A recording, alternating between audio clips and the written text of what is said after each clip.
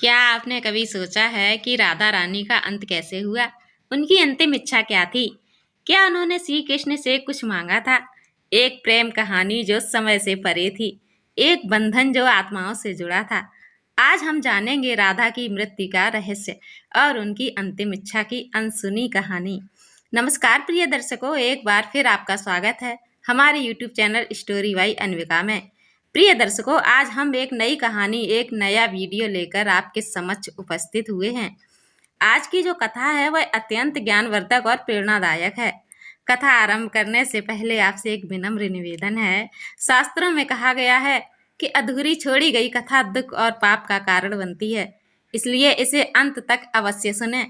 और अगर आप अपनी माँ से सच्चा प्रेम करते हैं तो इस वीडियो को लाइक करें, हमारे चैनल को सब्सक्राइब करें और कमेंट में माँ लिखकर अपना समर्थन दें। तो आइए बिना किसी विलंब के आरंभ करते हैं आज की प्रेरणादायक कथा। बरसाने की उस पुरानी पगडंडी पर जहाँ कभी राधा और कृष्ण की बाल लीलाएं किया करते थे, आज भी एक गूंज बाकी है, हंसी की, बांसुरी की और उस विरह की जो युगों से प्रेमियों को जीवित रखती है। पर इस कहानी की शुरुआत ना वृंदावन से होती है, न बरसाने से। यह शुरुआत होती है एक सूने कुंज से, जहाँ वृद्धा राधा अपने अंतिम समय की प्रतीक्षा कर रही थी। राधा वृद्धा हो चुकी थी, तन झुक चुका था, पर मन अब भी उसी किशोरी राधा का था जो कभी कान्हा के लिए वन वन भटकी थी।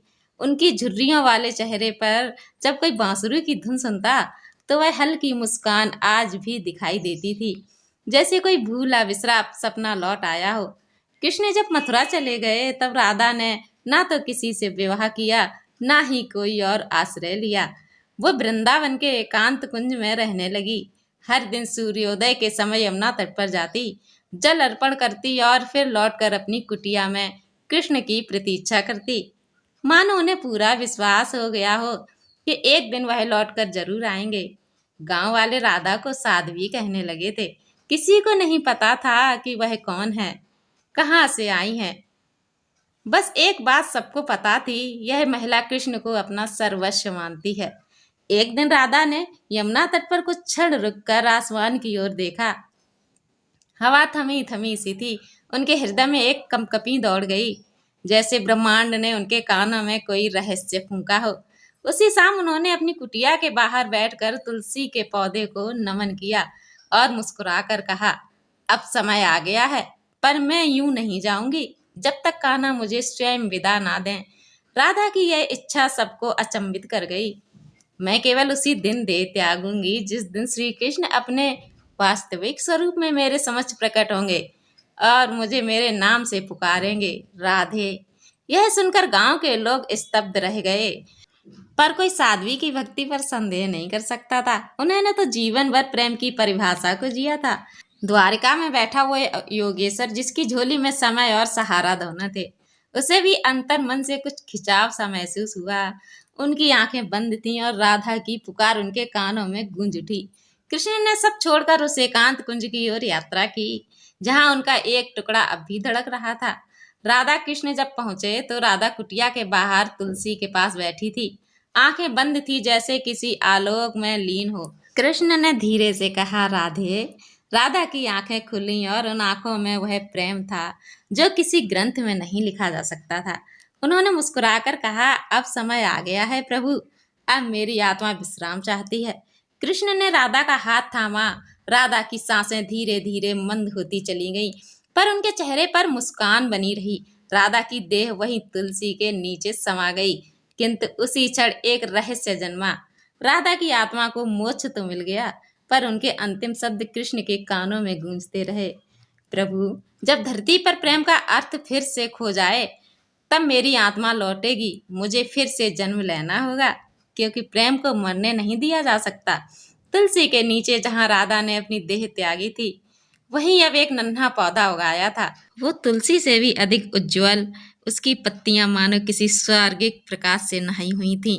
गांव के लोग उसे राधा वृक्ष कहने लगे और वहां पूजा का क्रम आरंभ हो गया। पर किसी को नहीं पता था कि उस पौधे के नीचे एक रहस्य पल रहा था। राधा का पुनर्जन्म द्वारका लौटने के बाद कृष्ण बहुत शांत दिखाई देने लगे। उनके मुख पर कोई उदासी नहीं थी, पर आंखों में कोई गहराई थी। जैसे कोई स्मृति उन्हें भीतर से जकड़े हुए है। एक रात उन्हें स्वप्न आया, एक नवजात कन्या जो गांव की मिट्टी में खेल रही है। उसके होठों पर वही मुस्कान है जो कभी राधा के पास थी। उसकी आंखों में वही निर्भीकता है जो केवल उस आत्मा में होती थी जिसने प्रेम को जिया हो। स्वप्न में राधा ने कृष्ण से कहा, प्रभु, प्रेम को अब एक बार फिर धरती पर जन्म लेना होगा। युग बदल चुका है, पर प्रेम का मूल गिर गया है। मैं फिर लौटूंगी, इस बार किसी अन्य रूप में, लेकिन उद्देश्य वही रहेगा। कृष्ण ने अपनी आंखें खोली और धीरे से बोले, तो अब प्रेम की अग्नि परीक्षा फिर से होगी। बरसाने से कुछ दूर एक साधारण किसान के घर में एक कन्या ने जन्म लिया। नाम रखा गया विशाखा। पर इस कन्या में कुछ असाधारण था। वो बिना किसी सिखावन के बांसुरी की मधुर धुन बजा लेती थी। उसकी हंसी सुनते ही वृक्षों की पत्तियां हिलने लगती थी, पक्षी झूम उठते थे। गांव की बूढ़ी स्त्रियां कहने लगीं, यह कन्या कोई सामान्य नहीं, यह अवतार है। इसे देखकर राधा की याद आ जाती है। विशाखा जब 7 वर्ष की हुई तो एक बार यमुना तट पर अकेली बैठी थी। वहीं से गुजरते एक वृद्ध संत ने देखा। उन्होंने उसकी आंखों में देखा और थर्रा उठे। यह वही दृष्टि है, वही आत्मा है। राधा लौटी है। विशाखा को सपनों में एक मोहक श्याम वरण पुरुष दिखाई देने लगे। वे कुछ नहीं कहते पर बांसुरी बजाते हैं। वो आवाज विशाखा को कहीं दूर भीतर तक खींचती है। एक रात विशाखा ने अपनी माँ से कहा, माँ, क्या आप जानती हैं कि प्रेम क्या होता है? माँ मुस्कुराई, तू अभी बच्ची है, तुझे प्रेम का क्या ज्ञान है? विशाखा चुप हो गई, लेकिन उसकी आंखों में कोई पुरानी पीड़ा थी, जैसे वह पहले भी यह प्रश्न पूछ चुकी हो। किसी और जीवन में विशाखा अब 13 साल की हो चली। एक दिन वो यमुना तट पर बैठी बांसुरी बजा रही थी कि अचानक उसी की बांसुरी से अलग धुन निकली। वह धुन जो राधा कभी कृष्ण के लिए बजाया करती थी। अचानक वहां की जमीन थोड़ी सी फटी। विशाखा ने वहां खुदाई की तो मिट्टी के नीचे एक पुरानी जटित मूर्ति मिली, एक स्त्री की जिनके ओंठों पर मुस्कान थी और हाथों में बांसुरी। उसने वो मूर्ति उठाई और तभी एक दिव्य स्वर उसके कानों में गूंजा, राधे, तुम लौट आई हो। विशाखा स्तब्ध रह गई। कौन था यह? क्यों उसका नाम राधे पुकारा गया? उस दिन के बाद विशाखा का व्यवहार बदलने लगा। वो गहराइयों में उतरती जा रही थी। वो जानना चाहती थी कि उसका जन्म क्यों हुआ है, क्यों उसे बचपन से ही प्रेम, विरह और कृष्ण जैसे नाम आकर्षित करते हैं। उसी दौरान एक तपस्वी संत हिमालय से चलकर बरसाने आए। उनका नाम था स्वामी विवेकानंद। उन्होंने विशाखा के बारे में सुना और उसे देखकर मौन हो गए। वह बोले, यगो, पहले मैंने राधा को देखा था और आज वही दृष्टि फिर सामने है।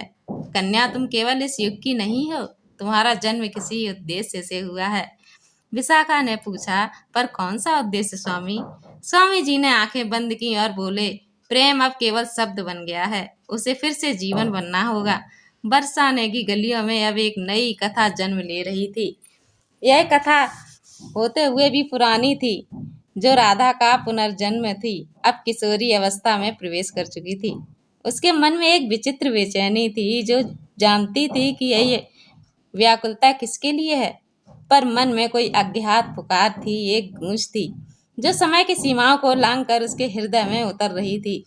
रातों को विशाखा अक्सर यमुना किनारे अकेली बैठती और चांदनी में उसका अज्ञात पुरुष की कल्पना करती, जिसकी झलक उसे सपनों में दिखाई देती थी। वो व्यक्ति कभी कुछ बोलता नहीं था, बस बांसुरी बजाता था, और जब वो बांसुरी की धुन समाप्त होती तो विशाखा की आंखें भर जाती। एक दिन उसने अपनी माँ से पूछा, क्या प्रेम बिना कहे भी हो सकता है? माँ ने मुस्कुराकर कहा, बिटिया, असली प्रेम कहीं कहाँ नहीं हो जाता, वो बस जिया जाता है। पर विशाखा के भीतर तो कुछ और ही चल रहा था। वो जानती थी कि उसका हृदय उस व्यक्ति के लिए धड़क रहा है जिससे वह कभी मिली ही नहीं। स्वामी जी ने एक दिन विशाखा को अपने आश्रम बुलाया। उन्होंने आंखें मूंद दी और कहा, राधा रानी, यहीं आसपास हैं। कृष्ण इस युग में आ चुके हैं, पर वे अब महलों में नहीं, एक साधु के भेष में हैं और तुम्हें उन्हें ढूंढना है। विशाखा चौंकी, मैं कैसे पहचानूंगी उन्हें स्वामी? स्वामी ने मुस्कुराकर कहा, जब तुम्हारे सम्मुख कोई पुरुष खड़ा हो और तुम्हारा अंतर्मन खुद ब खुद कहे उठे, यही है वही, तो समझना वही है। पर ध्यान रहे, इस बार परीक्षा और भी कठिन होगी। तुम्हारा प्रेम अब केवल व्यक्तिगत नहीं रहेगा। इस बार तुम उसे संसार को प्रेम अर्था सिखाना होगा। विशाखा का हृदय धड़क उठा। क्या सच में वह व्यक्ति जिसके लिए उसके भीतर इतनी तड़प है, वह अब कहीं उसे धरती पर विचर रहा है? उधर द्वारका, जो अब महलों की नगरी नहीं रही बल्कि साधु संतों का आश्रय स्थल बन चुकी थी, वहाँ एक नवयुवक साधु अनंतानंद लोगों को उपदेश देता था। पर कोई जानता नहीं था कि यह अनंतानंद वास्तव में कौन है। वह जब आंखें बंद करते तो उसकी बांसुरी से वही धुन निकलती जो राधा सुनती थी। वो जब प्रवचन देते तो प्रेम की ऐसी गहराई से बोलते कि लोग रो पड़ते। वह कहते, प्रेम केवल शरीर का नहीं, आत्मा का संबंध है। प्रेम त्याग है, समर्पण है और सबसे बड़ा सत्य है। पर भीतर से वह अनंत आनंद भी अधूरा था। हर पूर्णिमा की रात वो किसी अज्ञात स्त्री की मूर्ति में यमुना तट पर जाकर मौन होकर बैठ जाते। एक बार उसके शिष्य ने पूछा, गुरुदेव, आप वहाँ क्या खोजते हैं? वो मुस्कुरा कर बोले, अपना अधूरा अतीत। अब विशाखा को एक स्पष्ट संकेत मिला था। स्वामी विवेकानंद ने उसे एक दिशा दी थी।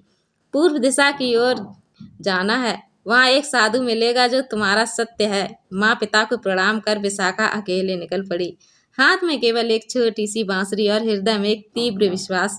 वो गांव गांव घूमती रही, कहीं कथा सुनती, कहीं साधु से मिलती, पर किसी में वह दृष्टि नहीं थी जिससे उसकी तलाश थी। एक दिन वह वृद्धा ने उसे देखा और कहा, बिटिया, तेरे माथे पर राधा का तेज है, तू क्यों भटक रही है? विशाखा ने कहा, मैं किसी को ढूंढ रही हूँ, किसी को जो मेरे भीतर है पर बाहर नहीं मिल रहा। वृद्धा मुस्कुराई, बांसुरी बजा, जो तेरे लिए बना है वो आवाज पहचान लेगा। उस दिन विशाखा ने एक ऊंची पहाड़ी पर चढ़कर पहली बार अपनी बांसुरी बजाई और ठीक उसी क्षण सैकड़ों मील दूर द्वारका में बैठे अनंतानंद की आंखों से आंसू बह निकले। विशाखा अब एक 8 गांव पार कर चुकी थी। उसका तन थक चुका था पर मन की जिज्ञासा वैसी ही थी। डगर डगर हर गांव गांव में बांसुरी बजाती, पर हर बार वही खालीपन, वही अधूरापन उसे घेरे रहता। लगता जैसे कोई छाया उसके आसपास है पर पकड़ से बाहर। उसने अब ठान लिया था कि अगली पूर्णिमा को यदि वह व्यक्ति नहीं मिला तो वह यमुना में समाधि ले लेगी, क्योंकि उसका जीवन एक संकल्प है।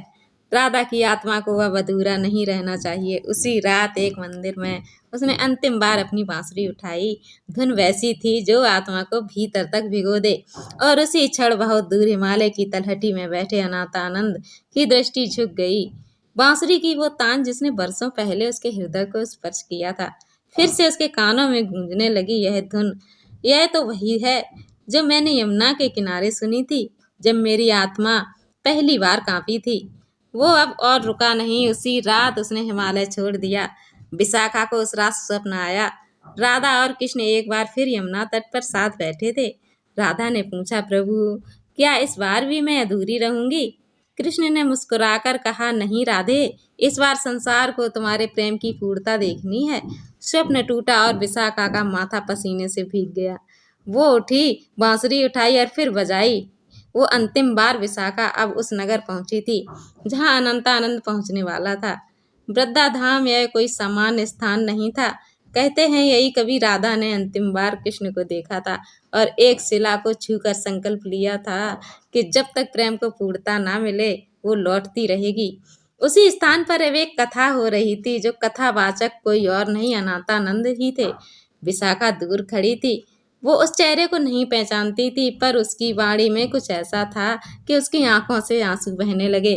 अनंतानंद ने उस दिन प्रेम की परिभाषा सुनाई। प्रेम वो नहीं जो सिर्फ साथ में जीता है, प्रेम वो है जो बिछड़ कर भी संपूर्ण होता है।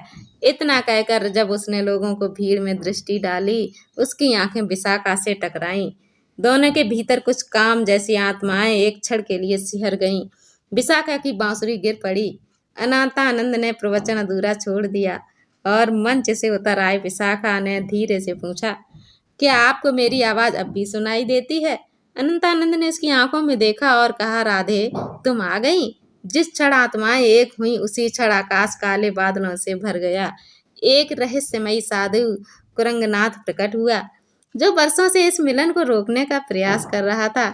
वह जानता था यदि राधा और कृष्ण इस युग में मिल गए तो प्रेम को धर्म से ऊपर स्थान मिल जाएगा और वह समाज की जड़ता को तोड़ डालेगा। कुरंगनाथ ने कहा, तुम्हारा प्रेम इस युग के नियमों के विरुद्ध है। यह समाज इसे न मानेगा न सह पाएगा। अनंतानंद ने उत्तर दिया, प्रेम समाज से नहीं आत्मा से जन्मता है। कुरंगनाथ बोला, तो फिर तैयार रहो अंतिम परीक्षा के लिए। और उसने एक शर्त रखी, यदि तुम्हारा प्रेम सच्चा है तो अगली पूर्णिमा तक राधा बिना देखे बिना सुने केवल अपनी आत्मा से तुम्हें पहचान कर तुम्हारे पास आएगी, और यदि यह असफल हुई तो तुम दोनों फिर युगों से बिछुड़ जाओगे। अनंत आनंद मौन रह गया। विशाखा ने सिर झुकाया, मैं स्वीकार करती हूँ। पूर्णिमा की रात पास आ रही थी। कुरंगनाथ की शर्त विशाखा के लिए केवल परीक्षा नहीं थी, यह उसकी आत्मा की पुकार थी, पिछले जन्मों की स्मृतियों की कसौटी थी। उसने अपने नैनों पर पट्टी बांध ली थी। उसने कसम खाई थी कि अब वो किसी को नहीं देखेगी जब तक उसकी आत्मा उसे उसका कृष्ण ना दिखा दे। लोगों ने उसका मजाक उड़ाया। कुछ ने कहा आजकल की कन्याओं को बस नाटक करने आते हैं, और कुछ ने चुपचाप प्रार्थना की, हे राधे इस युग में फिर से प्रेम को जीत दिला देना। वहीं दूसरी ओर अनंतानंद एक गुफा में व्रत पर बैठा था। न अन्न न जल, बस आंखें मूंद कर एक ही मंत्र जप रहे थे, राधे राधे राधे। उसके शिष्य घबरा गए थे। किसी ने पूछा, गुरुदेव आप प्राण क्यों त्याग रहे हैं? वो मुस्कुराए, मैं प्राण नहीं त्याग रहा हूँ, मैं प्रेम को पूर्ण कर रहा हूँ। उसने सबको आदेश दिया कि जो भी विशाखा को मिलने आए उसे कुछ न बताए। उसका चेहरा ना स्थान वो देखना चाहता था कि राधा इस युग में बिना दृष्टि केवल आत्मा के स्पर्श से कृष्ण को पहचान पाएगी। विशाखा अब यात्रा पर थी, आंखों पर पट्टी थी पर हृदय खुला था। वह हर गांव में जाती, किसी साधु से पूछती, क्या आप अनंतानंद हैं? बहुतों ने झूठ कहा, हाँ मैं ही हूँ। पर विशाखा का हृदय कांप जाता, उसे लग जाता कि वह नहीं है। एक बार वह एक ऐसे साधु के पास पहुंची जो बहुत तेजस्वी दिखाई देता था। उसकी आवाज मधुर थी, चाल में गजब की गरिमा थी। उसने कहा, मैं ही अनंतानंद हूँ। राधे विशाखा कुछ पल को डगमगाई, लेकिन फिर कांपती आवाज में बोली, आपका स्वर तो मधुर है पर आत्मा मौन है।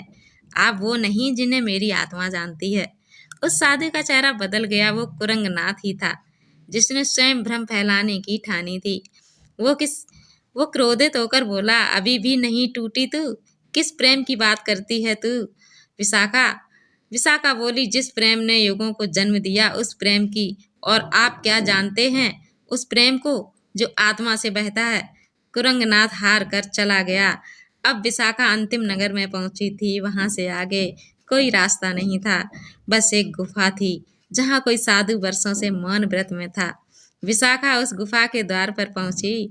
उसने पहले अपने नेत्रों को छुआ पर पट्टी नहीं खोली। वो धीरे धीरे भीतर गई। वहां धूप की एक किरण साधु के चेहरे पर पड़ी थी। वो चुपचाप बैठा था। विशाखा ने अपना हाथ उसके निकट ले जाकर रखा। उसने अपनी बांसुरी उस साधु के चरणों में रख दी। मैं जानती नहीं कि आप कौन हैं, मैं नहीं देख सकती, पर मेरी आत्मा कांप रही है। क्या आप ही मेरे वो हैं जिनके लिए मैं जन्मों जन्मों से भटक रही हूँ? गुफा में मौन था। फिर साधु ने उसकी बांसुरी उठाई और पहली बार बजाई। वही धुन जो यमुना के किनारे बजी थी, वही जो राधा की अंतिम सांसों में थी। विशाखा रो पड़ी। कृष्ण साधु की आंखें खुली। वो अनंतानंद थे, उसकी आंखों में भी आंसू थे। राधे इस बार तुमने अपनी आंखों से नहीं, अपने भीतर से मुझे पाया है। अब प्रेम पूर्ण है।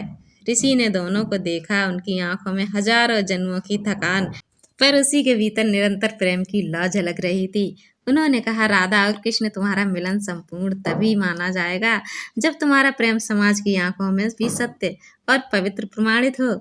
नहीं तो यह मिलन फिर उसी तरह छिपाया जाएगा जैसे युगों से होता आया है। विशाखा धीरे से बोली, ऋषिवर, प्रेम को समाज की स्वीकृति की आवश्यकता कब से होने लगी? प्रेम तो स्वयं ही ईश्वर है। पर अनंतानंद ने सिर झुकाया। राधे, यह युग अब भी उस सत्य से डरता है जो मुक्त करता है। प्रेम जब तक समाज में सम्मानित नहीं होगा, तब तक हजारों राधा छिप छिप कर जीती रहेंगी और कृष्ण अकेले समाधियों में बैठते रहेंगे। ऋषि बोले, इसीलिए तुम्हें नगर के राजसभा में अपने प्रेम को स्वीकारना होगा। वहाँ राजा, पुजारियों, ब्राह्मणों और जनता के सामने यह बताना होगा कि एक साधु और एक ब्रह्मचारिणी प्रेम में बंधकर भी धर्म के मार्ग से विचलित नहीं हुए। अगले दिन वृंदाधाम की राजसभा में सैकड़ों लोग इकट्ठा हुए। राजा ने कहा, हमने सुना है कि एक साधु ने ब्रह्मचर्य तोड़ा है यह अपवित्र है। अनंतानंद ने मंच पर आकर उत्तर दिया, मैंने कुछ नहीं तोड़ा, मैंने केवल सत्य को अपनाया है। फिर उसने सबको वो बातें सुनाई जो उसने बरसों में साधना से जानी थी। प्रेम कोई काम नहीं है, यह आत्मा का भाव है। जब राधा ने कृष्ण को प्रेम किया था तब भी समाज यही कहता था कि यह अनुचित है, और जब उन्होंने जीवन भर एक दूसरे को बिना रहकर संसार के लिए त्याग किया तब भी समाज चुप रहा। विशाखा भी आगे बढ़ी। मैंने आंखों पर पट्टी बांधी थी ताकि कोई मुझे यह ना कह सके कि रूप या बल पर मोहित हुई। मैंने उन्हें केवल आत्मा से पहचाना। एक वृद्ध ब्राह्मण उठ खड़ा हुआ, किंतु धर्म के शास्त्रों में यह नहीं लिखा है कोई साधु प्रेम करे। राजा मौन था, सभी की निगाहें उसके उत्तर पर थीं। राजा कुछ क्षण मौन रहा और फिर बोला, जब मैं छोटा था मेरी माँ मुझे कृष्ण और राधा की कथा सुनाया करती थी। मैं हर बार यही पूछता था, अगर राधा उसने प्रेम किया करती थी तो वह विवाह क्यों नहीं हुआ। मेरी माँ चुप हो जाती। उसने आगे कहा, आज मैं समझ पाया, विवाह समाज का नियम है पर प्रेम आत्मा का। मैं यह सभा भंग करता हूँ और राजा से राधा कृष्ण के प्रेम को इस युग में स्वीकार करता हूँ। उसी क्षण आकाश में ध्वनि गूंजी, शंखनाद, वीणा की मधुर ध्वनि और पुष्पों की वर्षा हुई। लोगों ने देखा सभा भवन के ऊपर एक कमल खिला और बीच में एक आलोक पुंज उतरा। वो ऋषि फिर प्रकट हुए। अब यह प्रेम पूर्ण है। अब राधा को जन्म दर्जन भटकना नहीं होगा। अब यह कथा पूर्ण है। कुछ दिनों बाद अनंतानंद और विशाखा ने यमुना तट पर एक छोटी सी कुटिया बनाई। वो दोनों वहां रहते थे, बिना किसी बंधन के, बिना किसी नाम के। लोगों ने उन्हें राधा कृष्ण कहते थे, लेकिन वे बस एक दूसरे के प्राण कहकर पुकारते थे। फिर एक दिन पूर्णिमा की रात विशाखा ने बांसुरी बजाई। अनंतानंद उसकी गोद में सिर रखकर सो गए। धीरे धीरे उनके शरीर वहीं समाधि में लीन हो गए, जैसी प्रकृति ने भी उन्हें मिटाने से इनकार कर दिया हो। आज भी वृंदा धाम में यमुना के उस तट पर हर पूर्णिमा को एक अजीब सी धुन गूंजती है। लोग कहते हैं वो राधा की अंतिम इच्छा थी कि हमारा प्रेम मिटे नहीं, बना रहे जब तक प्रेम को लोग समझ ना लें। और इस तरह प्रेम की वह कहानी जो अधूरी थी अब पूर्ण हो चुकी है। लेकिन याद रखना, राधा और कृष्ण कभी मिटते नहीं। वह बस एक आत्मा से दूसरी आत्मा में बहते रहते हैं। जहाँ प्रेम हो वहाँ राधा कृष्ण होते हैं, जहाँ प्रेम ना हो वहाँ सब कुछ अधूरा होता है। प्रिय दर्शकों, इस प्रेरणादायक कथा के बारे में अपने विचार हमें कमेंट्स के माध्यम से ज़रूर बताएं। अगर ये आपको अच्छी लगी हो तो कृपया इसे लाइक करें और इसे अधिक से अधिक लोगों तक पहुंचाएं। साथ ही कमेंट बॉक्स में जय श्री कृष्ण लिखकर अपने श्रद्धा भाव प्रकट करें। इसी वीडियो को पूरा देखने के लिए धन्यवाद। जय श्री राम।